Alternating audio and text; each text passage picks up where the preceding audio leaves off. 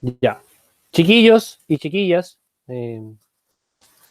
como ustedes deben acordarse, bueno, los que han estado en las clases anteriores, es que estamos viendo la historia de Grecia. La semana pasada estuvimos hablando sobre, sobre Atenas. Hoy día yo les comenté en la clase pasada como adelanto también que íbamos a hablar sobre Esparta, pero también sobre algunas de las cosas más importantes que nos dejaron los griegos.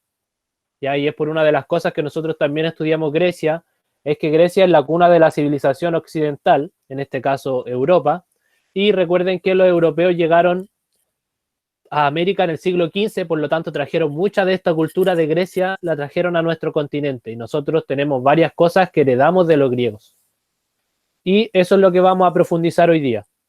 El objetivo de esta clase entonces va a ser caracterizar la sociedad espartana y el legado de la antigua Grecia, y después le voy a dejar una tareita que va a ser realizar un escrito en donde interactúen los dioses de la antigua Grecia. Ustedes van a tener que imaginarse una historia, escribir una historia con los dioses que habían en la antigua Grecia. Van a tener que desarrollar su imaginación. Para partir, chiquillos, vamos a partir hablando de Esparta. ¿Se acuerdan que nosotros estábamos hablando de las polis? ¿Alguien se acuerda lo que era una polis? Cuando yo les hablaba de las polis, ¿qué era una polis? Era como una ciudad-estado. Sí, exacto, era como una ciudad-estado, muy bien, eran como ciudades independientes, ¿cierto? ¿Se acuerdan que yo les decía que estaba la polis de Atenas, la polis de Esparta, la polis de Micenas, la polis de Delfos, la polis de Tebas? Y cada una de estas polis, como decía su compañero, eran como ciudades-estado que tenían su propia organización. Pero recuerden que yo también les dije que todas las polis que vivían en Grecia, todas estas ciudades que parecían independientes, también tenían algunas cosas en común, y en este caso las cosas en común que tenían eran la lengua y también los dioses. Ya hoy día vamos a hablar sobre los dioses un ratito más. Entonces, Esparta, chiquillos, y esto ustedes lo tienen que saber, Esparta es una de las polis más importantes de Grecia, y al contrario de Atenas, que Atenas se caracterizaba por la política, Esparta se caracterizaba por la formación militar. Eran grandes guerreros los espartanos.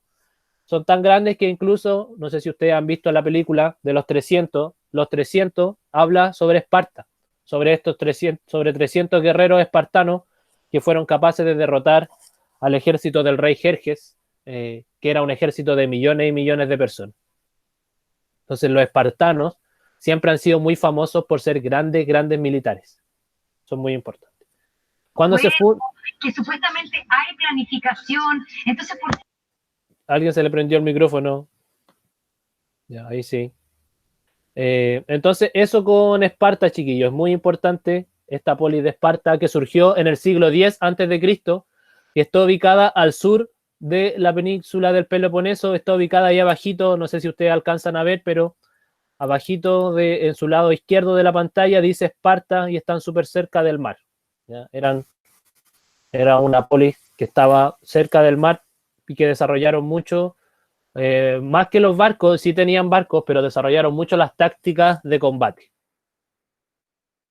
¿Quiénes fueron los primeros que llegaron ahí? Fueron los dorios, ¿ya? Los dorios fueron una conquista en el territorio y fueron los primeros que llegan ahí. Y después de ellos llegan comerciantes y extranjeros que vivían en los alrededores y formaron la sociedad espartana. Eso es muy importante. Después de eso se subleva una parte de los espartanos que se llamaban ilotas. Esto no lo paso tan lento porque en realidad esto es como contarle el contexto cómo surge Esparta. Y los ilotas se sublevan y controlan una revuelta dentro de Esparta, de ese territorio, y la convierten en una polis que se centra en las batallas, en la preparación militar y en que todos los hombres que nacían en Esparta y que eran espartanos de sangre tenían que ser militares. Si tú eras espartano, si alguno de ustedes chiquillos en otra vida anterior hubiera tenido la posibilidad de nacer en Esparta, casi con seguridad, en un 90% hubieran tenido que ser militar. Y si no era militar, tenía que prepararse para ser sacerdote o bueno, también pasado cierta edad ya dejaban de ser soldados, más o menos después de los 40 años dejaban de ser soldados, pero entre los 7 años y los 40 años se prepararon toda la vida para las batallas y para la guerra. Esto es muy importante. Eran una polis militarizada. En Esparta lo más importante era la lucha, era el combate, era la preparación para la guerra. ¿Cuáles eran los grupos que vivían allá? Eran los espartiatas, que eran los únicos dedicados al gobierno y a la guerra, que eran los que nacían ahí, que eran de sangre espartana, se llamaban espartiatas. Después estaban los periecos, que se dedicaban al comercio, a la artesanía y a la agricultura. Y también estaban los ilotas, que no eran esclavos, pero no tenían ni derechos ni ningún tipo de facultad política y económica. Espartiatas, entonces, dedicados a la guerra, periecos, al comercio, y los ilotas eran como empleados. Eso es muy importante. ¿Alguien está tratando de entender?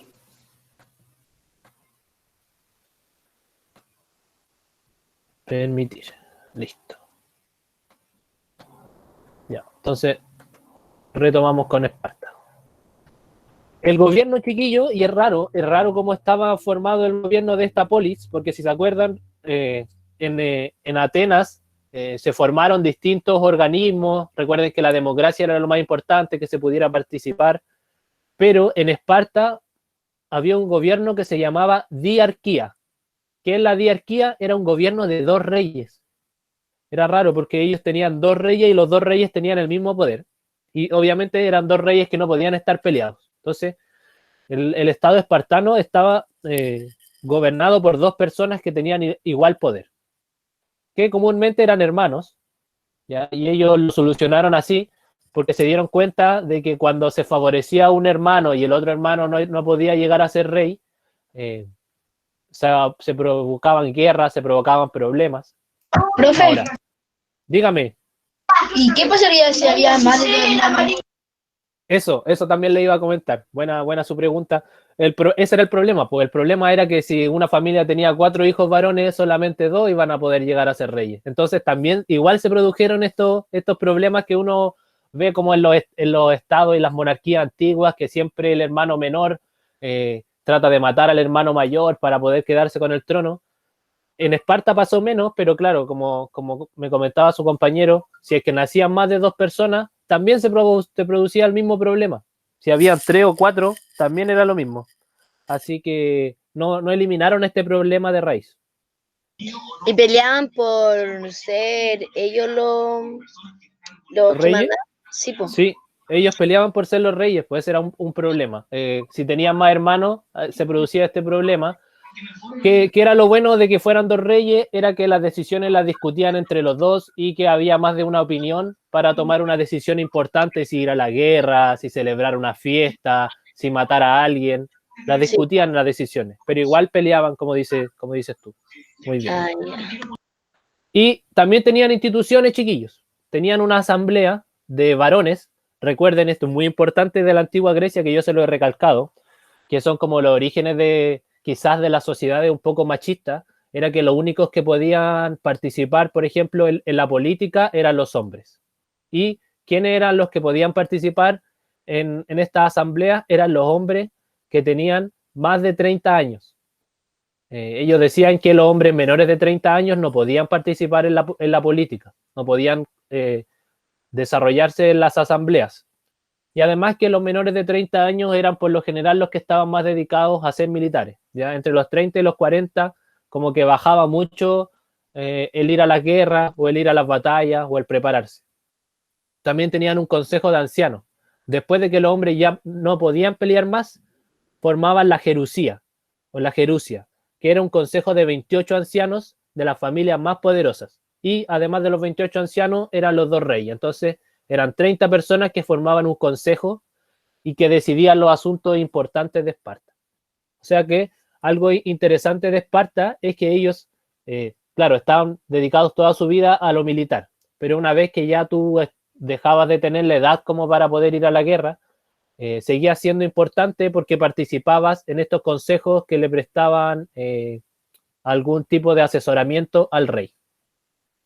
Además, habían 5 éforos. Éforos eran como unos magistrados, como los jueces de ahora, que ayudaban a aplicar la justicia.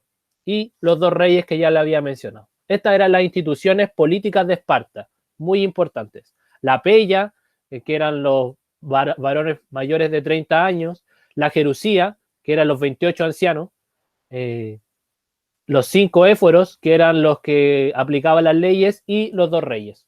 Era más simple, mucho más simple que en Atenas, que recuerden que tenían consejos, tenían tribus, tenían muchas magistraturas. Aquí solamente eran estas 4. Y aquí vamos a entrar en materia importante, chiquillos, y esto es algo que ustedes tienen que pensar, lo distintas que son nuestras sociedades con la sociedad espartana. A los niños, a los hombres, a los 7 años los empezaban a entrenar para ser soldados. O sea, a los niños espartanos no los preparaban ni para, no sé, ni para leer, o sea, sí sabía leer y escribir, pero en el día entrenaban por lo menos 4 o 5 horas diarias, todos los días, no tenían ningún día de descanso, entrenaban al menos 5 horas diarias su cuerpo. Por eso, también en la película, los que hayan visto la película de los espartanos, se ven como tipo ultramusculosos, que tenían como, eran grandes, tenían buen físico, y es porque entrenaron desde los 7 años todos los días. Todos los días. Así que imagínense la diferencia entre un niño, si alguno de ustedes se pusiera a pelear con un niño espartano de su misma edad, capaz que con 3 golpes ya lo mataría. Incluso a mí, un niño de la edad de ustedes, un espartano, me podría derrotar porque ellos entrenaban todo el tiempo. Profe, Dígame. le quería preguntar, ¿Sí? otra cosa que no está relacionada con esto, pero a ver, ¿cómo les digo? ¿Qué produjo la extinción de estos pueblos y las polis? Esparta, tenía eso. Muy buena pregunta, si está relacionado. Y lo que produce la extinción de las polis o que dejaran de ser importantes es que comienza a surgir en Italia, cerca de Italia, en Roma específicamente, el Imperio Romano. Y cuando el Imperio Romano se comienza a expandir, absorbe estas polis que habían sido el centro de la cultura y del desarrollo. El Imperio Romano las absorbe y las toma como parte del Imperio Romano. Entonces, empiezan a decaer las polis y surge el Imperio Romano y las toma como dentro de su territorio. Por eso desaparecen un poco de la órbita, más o menos en el siglo III antes de Cristo. Y esa es la época en donde el Imperio Romano, en Italia, comienza a expandirse por toda Europa. Entonces, desaparecen las polis, pero surge el Imperio Romano, que paradójicamente, y muy buena tu pregunta, vamos a partir la próxima semana hablando sobre el Imperio Romano, que fue uno de los imperios más grandes a lo largo de toda la historia de la humanidad. Algunos dirían que a lo mejor China es más grande, claro, pero porque el país de China es muy grande, pero el Imperio Romano, Italia es chiquitito, pero logró expandirse por casi toda Europa. Chiquillos, muy buena, gracias por la pregunta. Chiquillos, sobre los niños. Sobre los niños que nacían con defectos los mataban, ¿cierto? Exactamente, muy buena también su acotación. A los niños que tenían defectos, como, no sé, los que vieron la película, hay como un personaje que es como deforme. Hay un personaje que es como deforme y que trata de ser el jorobado, que trata de ser como un espartano y el rey no lo deja porque para ellos... alcanza a defenderse con su escudo. Exactamente, muy bien. Y eso era lo que pasaba con los espartanos. Con muchos de ellos era que, como ellos era tan importante el ejército, cualquier niño que tuviera alguna malformación física o algún niño que les pareciera como debilucho, ellos inmediatamente lo desterraban y lo echaban de la polis de Esparta, porque para ellos era una deshonra que los niños vinieran con alguna malformación o que no fueran fuertes ni sanos, porque el ejército espartano y los espartanos tenían que ser los mejores. Y ahí, como dice ahí también lo puse, al nacer cada niño era examinado. Si estaba enfermo o era débil, se le abandonaba en las montañas para que éste muriese. ¿Ya? Para que muriese, era abandonado y las madres no podían hacer nada en contra de eso. O sea, si alguna de ustedes, chiquillas que están aquí, por alguna desgracia tenía un hijo que presentaba alguna malformación, no podían hacer nada y tampoco se podían ir con su hijo. O sea, a tu hijo te lo quitaban y lo abandonaban en las montañas. Si sobrevivía bien, pero lo más probable era que no sobreviviera. No sobrevivían la mayoría de los niños. Los mataban. Profe, porque... Dígame. Tengo otra pregunta. Cuénteme. Y en Esparta, una mujer alcanzó a ser una guerrera así, una espartana. Mira,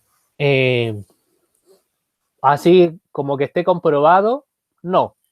No. ¿Por qué? Porque el rol de la mujer en la sociedad espartana era igual importante, ¿eh? Porque a las mujeres espartanas se las cuidaba mucho. ¿Por qué? Porque recuerden que eran ellas las que daban vida a los soldados espartanos. Entonces, se les atendía bien, tenían que alimentarse bien, también en ciertos momentos hacían ejercicio. ¿Por qué? Porque un cuerpo sano también da a luz a niños sanos. Pero no está comprobado, yo creo que más de alguna quiso ser soldada alguna vez, pero no está comprobado que alguna mujer espartana haya logrado entrar al ejército.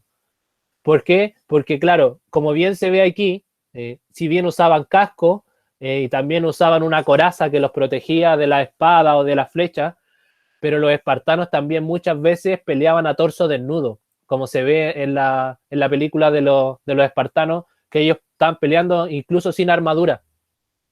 Ocupaban una capa, era muy característico que ellos pelearan con una capa, pero muchas veces peleaban sin armadura porque sabemos que la armadura es pesada, les quitaba movilidad y ellos se protegían muy bien con su escudo.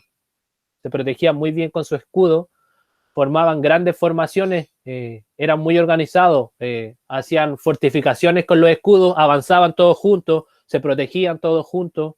Era un escudo que no tenía flancos, entonces ellos confiaban mucho en el otro, por lo tanto, que una mujer haya peleado era muy difícil. Pero profe, dígame. En la película que usted me está diciendo, en la segunda película de esa, hay una mujer que es espartana y pelea. Pues. Sí, pero eso eso es parte como del cine, pues. O sea, no es realmente lo que pasó. Claro, no es realmente lo que pasó. Sí, es como más ficción. Aunque esta película sí tiene muchas cosas buenas, por ejemplo, problematizamos con el tema de los niños sanos, de cómo peleaban los espartanos, de que eran muy buenos guerreros, pero por ejemplo lo de las mujeres que peleaban no está comprobado. Pero sí sabían defenderse. ¿Por qué? Porque recuerden que en épocas de guerra todos los hombres se iban, se quedaban los viejos y se quedaban las mujeres en Esparta, por lo tanto quedaban súper expuestos también. Entonces, como yo les decía, ellas también hacían ejercicio y también se les enseñaba a defenderse porque había momentos en que la ciudad quedaba sin hombres. Quedaba sin hombres. 500, 600, 700, 1000 soldados, 2000 soldados hombres partían a batalla. Entonces quedaban las mujeres y los niños y los ancianos. Que, claro, los ancianos habían peleado alguna vez, pero sabemos que un anciano no tiene la fuerza física que tiene un hombre de 20 o de 30 años. Dígame. Como aquí. ¿A qué? Espere. ¿Cómo a qué edad iban los niños a la guerra? Se cree, y esto tampoco se supone que hasta los 18 años entrenaban en el caso de que no hubiera una guerra así como que necesitara muchos soldados. Hubieron 2 guerras en donde los espartanos tuvieron que sacar a los niños de 15 años hacia arriba. Tuvieron las guerras médicas y las guerras púnicas. En esas guerras, que fueron guerras muy grandes, sacaron a los niños desde los 15 años a la guerra. Probablemente hayan llevado a algunos de 14 o de 13 que fuera grande y que estuviera bien entrenado. Pero por lo general, si es que no era una batalla tan grande que necesitara tanto ejército, a los 18 años. Entrenaban así duro hasta los 18 años. A los 20 años ya podían casarse y eran parte obligatoriamente del ejército hasta los 30. Si alguno tenía 31 y 32 y salía una batalla grande, también lo llamaban a pelear. Pero hasta los 30 estaban obligados exclusivamente a prepararse para ser soldados. O sea, desde los 7 hasta los 30, es decir, 23 años de su vida se lo dedicaron a entrenar para pelear. Ya, eso es muy importante con Esparta. Y eso con Esparta, chiquillos.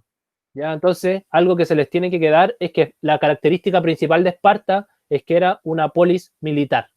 El entrenamiento físico era muy importante. Ya probablemente si nosotros fuéramos espartanos estaríamos todos musculosos con caluga y anduviéramos peleando todo el día, ¿ya? Pero no, somos de Quintero, así que no nos tocó esa realidad. Pero eso es muy importante de los espartanos, ¿ya? Ahí se ve la ropa. Y ahora, vamos a hablar, ya para cerrar la materia de los griegos, esta es nuestra tercera clase con los griegos. Si estuviéramos en un año normal, le dedicaríamos más, le dedicaríamos a lo mejor 6 clases. Pero como tenemos que tratar de ir priorizando su aprendizaje, las vamos a pasar solo en 3 clases. Tal vez los romanos las vamos a pasar en 4 clases, porque igual son como 300 años de historia del Imperio Romano, más 400 años de historia. Entonces, a lo mejor para eso vamos a dejar 4 clases, pero los griegos tenemos que tratar de cortarlo un poquito. Vamos a hablar del legado griego, chiquillos. Cuando uno habla del legado, habla de qué cosas nosotros heredamos de los griegos o qué cosas ellos hacían y nosotros hacemos en la actualidad. ¿Ya? Eso es muy importante. Bueno, esto más bien que un legado es algo que nosotros conocemos muy bien, son las polis, que eran ciudades-estado, ya que tenían sus propias leyes. Esas son cosas que nosotros tomamos de ellos y nuestros países podrían funcionar como una polis grande. Unas civilizaciones importantes que hubieron ahí fueron la civilización minoica, la civilización micénica y la civilización dórica. Esto fue antes de que llegaran los griegos. Eran los que dieron origen, los micenas, los dóricos y los minoicos. Chiquillos, cosas que eran importantes para los griegos y para nosotros nos parece obvio, pero por ejemplo para los griegos era muy importante la higiene y el cuidado personal. Y ustedes dirán, pero es obvio que uno se tiene que bañar. Pero por ejemplo para los egipcios no era muy común bañarse. Para los chinos tampoco. Para los de Mesopotamia tampoco se bañaban mucho, con suerte, y les digo, con suerte, chiquillos, con suerte se bañaban una vez a la semana aquellos que tenían mucho dinero. Y la gente pobre, en realidad no se bañaba nunca. Nunca ellos tenían cuidado por la higiene, ni pensar tampoco en, obviamente, cosas modernas como la existencia de desodorante, de perfume, de ese tipo de cosas. En esta época no existía. Entonces, ellos, por ejemplo, los griegos, se bañaban 2 o 3 veces en la semana. ¿Ya? Esa era su rutina. Era muy importante la alimentación, sobre todo para los espartanos. Para los espartanos la alimentación tenía que ser excelente. Por eso los comerciantes extranjeros, los agricultores, que por lo general era gente que venía de otros lugares, que no podía entrar al ejército, también estaban muy bien valorados. ¿Por qué? Porque ellos decían, nosotros no sacamos nada con pelear todo el día si nos vamos a alimentar mal, vamos a estar débiles. Tenemos que estar siempre preparados para la guerra. Y para estar preparados para la guerra, tenemos que tener una alimentación excelente. Entonces trataban de cultivar las mejores frutas, las mejores verduras. No les importaba pagar alto precio por eso. O sea, ellos no importaba ahorrar, pero más les importaba el tema de la alimentación. Y otra cosa importante era la vestimenta. Los griegos desarrollan una vestimenta bien particular. Ahí está cómo se vestían las mujeres. La mayoría de las mujeres se vestían con túnicas largas hasta los tobillos, que tenía un cinturón y también una capa. Y esa era ni pensar en una mujer que anduviera mostrando la pierna, pues chiquilla. Eso en la época griega no pasaba, ¿no? Las mujeres no podían mostrar la pierna, fueran solteras, fueran casadas. Las niñas un poco más, las niñas podían estar con short, pero me refiero a niñas hasta que les llega su periodo menstrual, es decir, hasta los 12 años, 11 años, hasta esa edad las niñas podían estar con short, pero una vez que, o sea, digo short, pero era algo así, ¿ya? Pero hasta los 12 años nomás podían vestirse así como un niño y después de que le llegara su primer periodo menstrual, ya tenían que vestirse como mujeres a los 11, 12 años, con túnicas largas. Y así se vestían los hombres cuando eran campesinos y cuando no iban a la guerra, cuando estaban en sus casas, una polera sin manga que les cubría hasta más o menos los muslos. ¿Qué otras cosas heredamos de los griegos? Y algunas de estas algunas de estas cosas, chiquillos, también aparecían en los videos. Que por ejemplo, el alfabeto. Los griegos tenían letras y tenían un alfabeto característico. Algunas letras conocidas son alfa, beta, gamma, epsilon, omega. Son una de las letras más conocidas del alfabeto griego y que venían de los fenicios, que era otro pueblo que vivía por ahí, que eran pescadores y comerciantes. Pero esa es una de las cosas que los griegos heredaron. A propósito, que yo les comenté la otra vez, pero dicen que el idioma griego, hablarlo y escribirlo es extremadamente difícil. Hay gente que vive 5, 10, 15 años en Grecia y no logra aprender a escribir en griego porque es muy, muy difícil. Son letras, pero también son símbolos. Entonces, es como el escribir en chino o en japonés, que también para nosotros se nos haría muy difícil.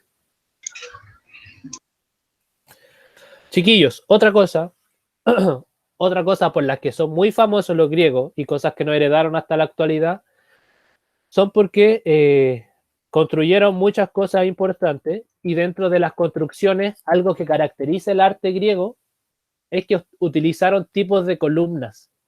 Cuando ustedes vayan a algún palacio importante en Santiago o alguna catedral, alguna construcción grande, se van a dar cuenta que las columnas están inspiradas a veces en el arte griego. Estas son las 3 tipos de columnas. Esta, que es más simple, se denomina columna de estilo dórico, ¿ya? Y es la más sencilla de las 3 y estaba dedicada a construirse en los templos que eran para los dioses varones, es decir, para los dioses hombres. Los templos que eran construidos para los dioses hombres tenían este tipo de columna. Esta, la segunda, se llama de estilo jónico y era mucho más decorativo que el que vimos anteriormente. Recuerden que este era como simple, una columna más simple con una base abajo y arriba. Y la de estilo jónico ya tiene mayores adornos y paradójicamente estas columnas que estaban más adornadas eran dedicados a los templos para las diosas femeninas. Afrodita, por ejemplo. ¿Ya? Este tipo de construcciones era para las diosas femeninas. Y también ¿ya? Este era de estilo corintio y este es mucho más complicado. Y es el más decorativo de los 3 y también el más difícil de hacer. Y también se empleaba en templos dedicados a divinidades femeninas. ¿Ya? Entonces tenemos que el primero, que era más simple, dedicado a los dioses varones, y los otros 2 dedicados a las diosas femeninas. Se llamaban dórico, el más simple, jónico, el que era un poco más complejo, y corintio, el que ya derechamente era muy difícil de hacer y también era sinónimo de mayor elegancia. Otra cosa que también nos heredan los tíos de Grecia es el teatro. El teatro, la actuación, tal y como nosotros la conocemos, estas representaciones de la realidad, probablemente si no fuera por los griegos no sería tan famosa. Y ellos fueron los primeros que empezaron a hacer espectáculos, ¿ya? Espectáculos al aire libre.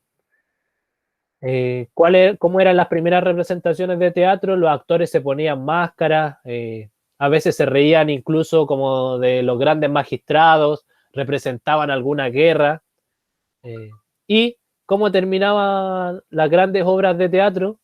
En Grecia eran súper buenos para el vino. Esa es la verdad, se los voy a decir directamente. Eran muy buenos para el vino. Y muchas de estas obras de teatro terminaban en las fiestas dionisíacas. ¿Por qué en las fiestas dionisíacas? Porque Dionisio era el dios de la vendimia, el dios del vino. Y muchas de las celebraciones que tenían obras de teatro terminaban con todos curados. Esa es la verdad. ¿Ya? Muy importante el teatro. Por otra parte, ¿qué cosas nos dejan los griegos? Son la democracia. Recuerden, y esto se los tienen que haber enseñado también cuando más chiquitito, es que la democracia es cuando la gente puede votar, puede decidir. Y los griegos los griegos nos dejan esto, la democracia y la ciudadanía, que podamos ser ciudadanos, que podamos votar, que podamos elegir. Eso es uno de los legados más importantes que nos dejan los griegos. Muy, muy, muy importante. Y otra cosa por la que se les reconoce a los griegos es los Juegos Olímpicos. Si no fuera por los griegos, tampoco tendríamos Juegos Olímpicos, esos juegos deportivos que se realizan cada 4 años donde compiten los países. ¿Y cómo lo hacían los griegos? Competían los mejores atletas de cada una de las polis. Si eran 15, 16 polis, iban, no sé, 5 o 6 atletas por cada una de las polis y competían. ¿Qué tipo de competencias que se hacen en la actualidad hacían los griegos? El lanzamiento de la jabalina, el lanzamiento del martillo o de esas balas grandes que se ponen así como en el cuello, que se dan vuelta y después las tiran, la lucha, la maratón, correr. El correr también es uno de los legados que nos dejan los griegos. Pero ¿cuál era la diferencia que tenían los juegos que hacían los griegos con los actuales? Es que un mismo atleta tenía que competir en todas las disciplinas. O sea, el que corría también tenía que luchar y ese mismo también tenía que tirar la jabalina, ese mismo tenía que hacer el lanzamiento de la bala, ese mismo hacía todas las competencias. No es como en la actualidad, que los países mandan a alguien que corra, mandan a alguien que lance, a alguien que levante pesas, alguien que nade. En la antigua Grecia, la misma persona hacía todo. Y el que ganaba los Juegos Olímpicos, chiquillos, se transformaba en la máxima estrella de todas las polis y lo reconocían en todas las polis de la antigua Grecia. Porque se preparaban 4 años para hacerlo y cuando llegaba el momento iba gente de todos los lugares a ver las competencias. Por lo tanto, aquel que era capaz de ganar una de las competencias, aparte de hacer muy famoso al lugar de donde él venía, se transformaba en una celebridad. ¿Ya? Hubiera sido un youtuber de la época, un tiktokero con muchos seguidores, hubiera sido ultra famoso en Instagram, alguien que hubiera ganado las Olimpiadas en la antigua Grecia. Y por lo tanto, las mujeres también se le acercaban mucho. Entonces, para los hombres participar dentro de la Olimpiada era muy, muy importante, porque te aseguraba tu futuro.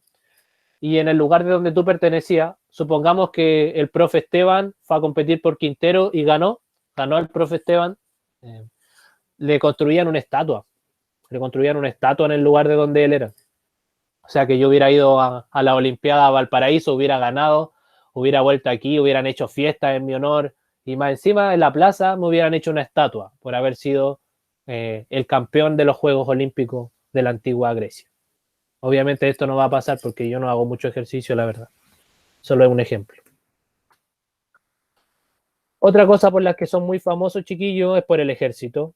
El ejército ateniense, el ejército espartano, muy famoso. Desarrollan ellos armaduras, escudos muy bien hechos, lanzas, espadas muy bien hechas. Por eso son muy famosos también y no han dejado muchas cosas los griegos en ese sentido.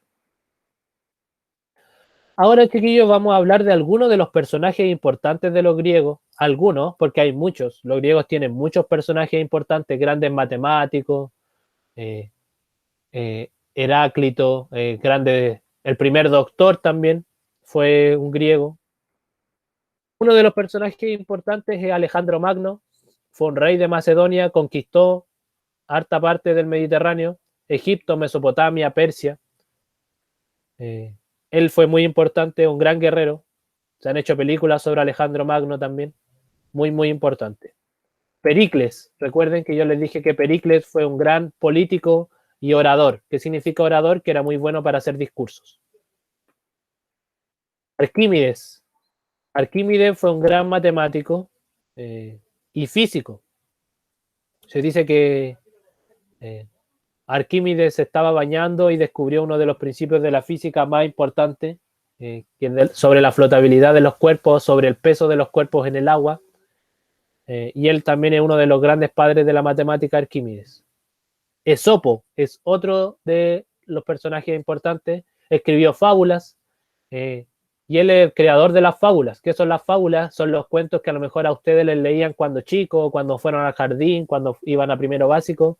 Hablaban de animales y que animales tenían características humanas, de personas y que le enseñaban cosas.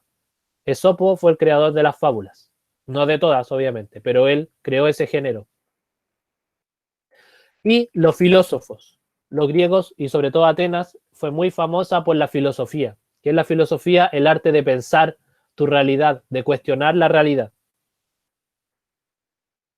Uno de los primeros y más grandes filósofos fue Sócrates, ya muy importante, fue el maestro de este señor, de Platón, que fue otro de los filósofos griegos, que fue alumno de Sócrates, pero Platón también fue el maestro de Aristóteles, que fue el tercer y último. Bueno, hubieron más filósofos después, pero por lo general a los que se conoce son a Aristóteles, a Platón y a Sócrates. Son los tres filósofos más importantes de la antigua Grecia. Y otra cosa importante, y que es sobre lo que ustedes van a tener que hacer una tareita, es la religión. Recuerden, chiquillos, que los griegos eran politeístas, es decir, creían en muchos dioses. Y vamos a ver algunos de los más importantes. Apolo, dios del sol y de las artes, muy importante Apolo, siempre con su arpa pequeña. Artemisa, la diosa de la casa, ¿ya? Artemisa también muy importante, también siempre representada con un arco y una flecha, una diosa mujer, muy importante Artemisa. Hera, la diosa de las mujeres y también la diosa del matrimonio. Cuando una mujer se quería casar o quería casarse con un hombre específico, siempre se encomendaba a Hera, la diosa del matrimonio y de las mujeres. Hermes, el dios mensajero, se supone que un dios que llevaba noticias de uno a otro lugar. Una característica de Hermes es que se representa como con un casco y ese casco tenía alas. Y ahí a través de eso él volaba y podía llevar las noticias de un lugar a otro. Ares, para los espartanos era muy importante Ares porque era el dios de la guerra. El dios de la guerra muy, muy, muy importante. ¿Ya? A Ares era el que se comendaban para salir victoriosos en la batalla. Afrodita, la diosa del amor, también muy importante, tanto más para las mujeres que para los hombres. Ya Afrodita era la diosa del amor, era la diosa que te permitía poder encontrar un hombre o a los hombres poder encontrar una mujer. Las fiestas que eran en honor a Afrodita terminaban muchas veces en un descontrol total de la población que se entregaba a los placeres de la vida. Afrodita, muy importante. Poseidón, dios del mar, dios de las tormentas, también ultra conocido, ahí con su tridente. Muy importante Poseidón. Hades, con su perro de 3 cabezas, es el dios del inframundo, que nosotros conocemos como el infierno, pero Hades era el guardián del inframundo. Las personas que obraban mal o las almas que no conseguían un descanso eterno iban a parar al reino de Hades, que era un reino que estaba bajo tierra. Y uno de los dioses obvio más importantes, el más importante, el dios del Olimpo. Se supone que él gobernaba a todos los dioses que estaban en el Olimpo. Dios del rayo también, Zeus, ¿ya? El padre de los dioses y el más importante de todos, el tío Zeus.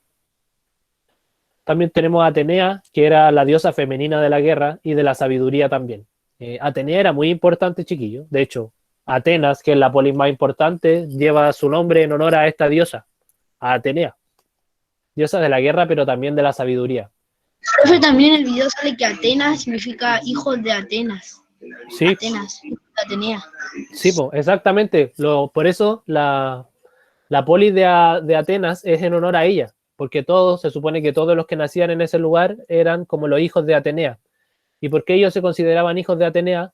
Porque para Atenea era muy importante la guerra, pero aparte de la guerra era muy importante la sabiduría, el pensar. Al contrario de para los espartanos, que para ellos, claro, la sabiduría sí era importante, pero no se iba a equiparar nunca a la guerra. Para los espartanos era más importante la guerra. En cambio, para los atenienses era más importante la sabiduría. ¿Ya? Eso es muy importante. Por eso ellos eran hijos de Atenea, porque era de la guerra, pero además del pensamiento, de lo político, de la filosofía. La sabiduría y la guerra como dos cosas importantes. Y aparte de eso, y ya para ir terminando, chiquillos, los griegos contaban muchas leyendas con personajes increíbles, personajes fantásticos, y yo les voy a comentar algunos de estos personajes para que a lo mejor ustedes los puedan incluir en las historias que van a tener que hacer para la próxima clase.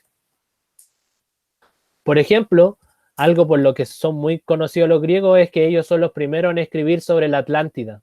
No sé si ustedes han escuchado, pero la Atlántida era una isla que se supone que estaba debajo del mar, en la que vivía Poseidón, ¿ya? Y era una isla donde vivían personas también. Ahí han habido personas que han pasado toda su vida buscando la Atlántida y esta ciudad que está hundida, en donde viven personas. ¿Ya? Es como el fondo de Bikini donde vive Bob Esponja, pero viven personas.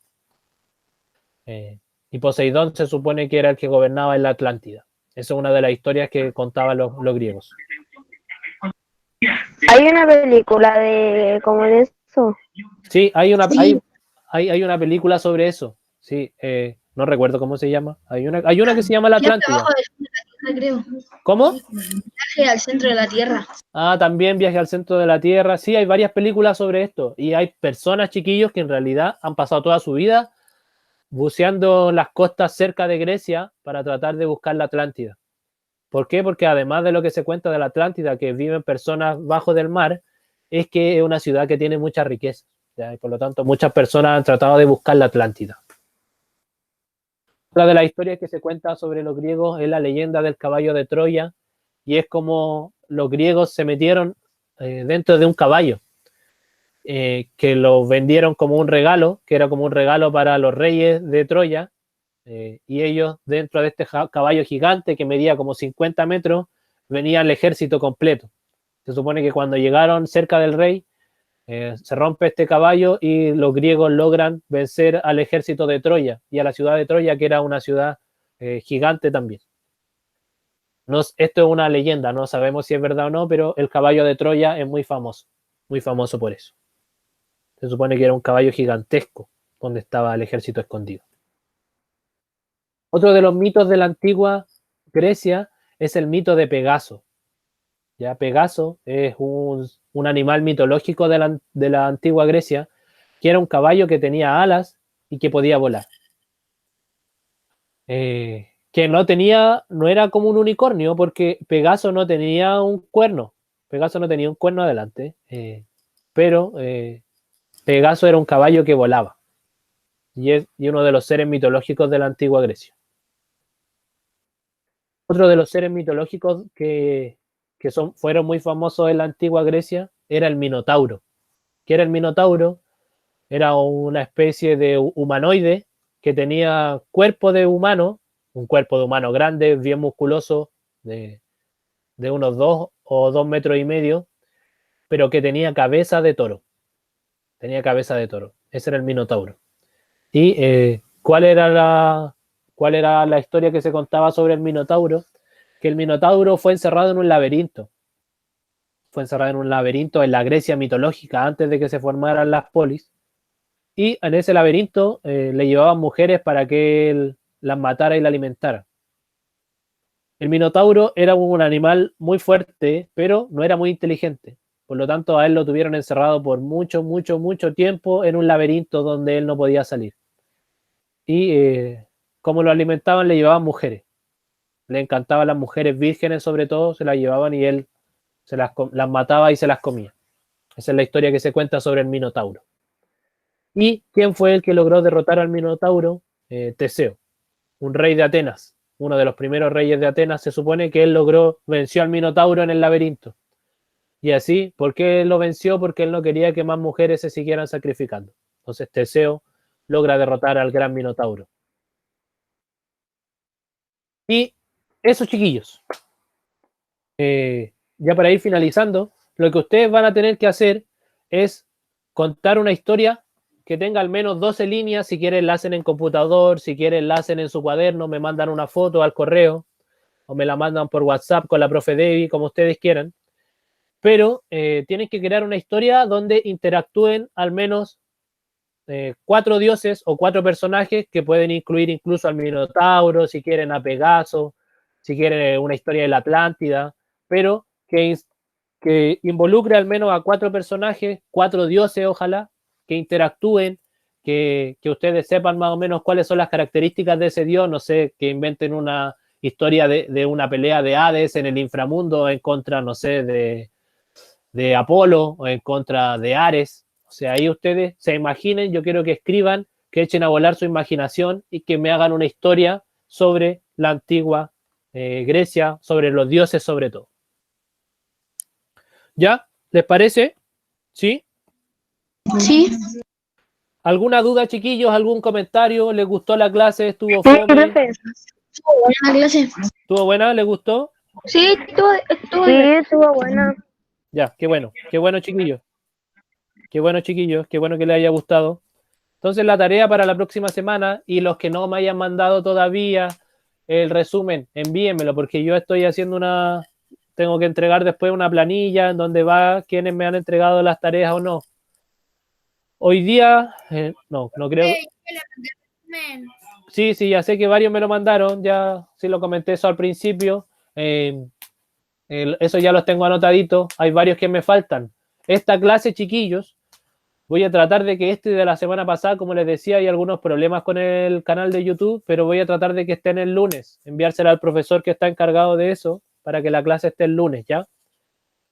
Pero eso, espero que les haya gustado la clase y que traten de hacer esta historia, que se esmeren, que si no le quedaron claras algunas de las características de los dioses, en internet hay muchas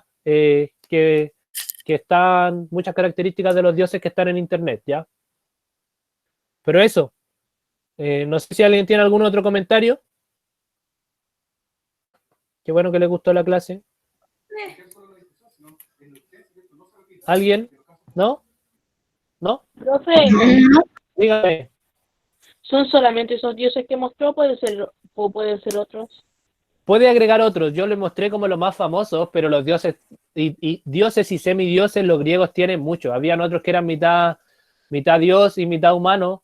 También pueden encontrar o buscar otros. ¿Ya? Eso queda en libertad, pero si yo le hubiera mostrado todos los dioses y semidioses que hay, hubiera mostrado hasta la próxima semana.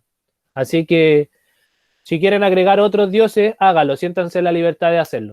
Así que súper bien. Podemos agregar semidioses, dioses, lo Sí. que...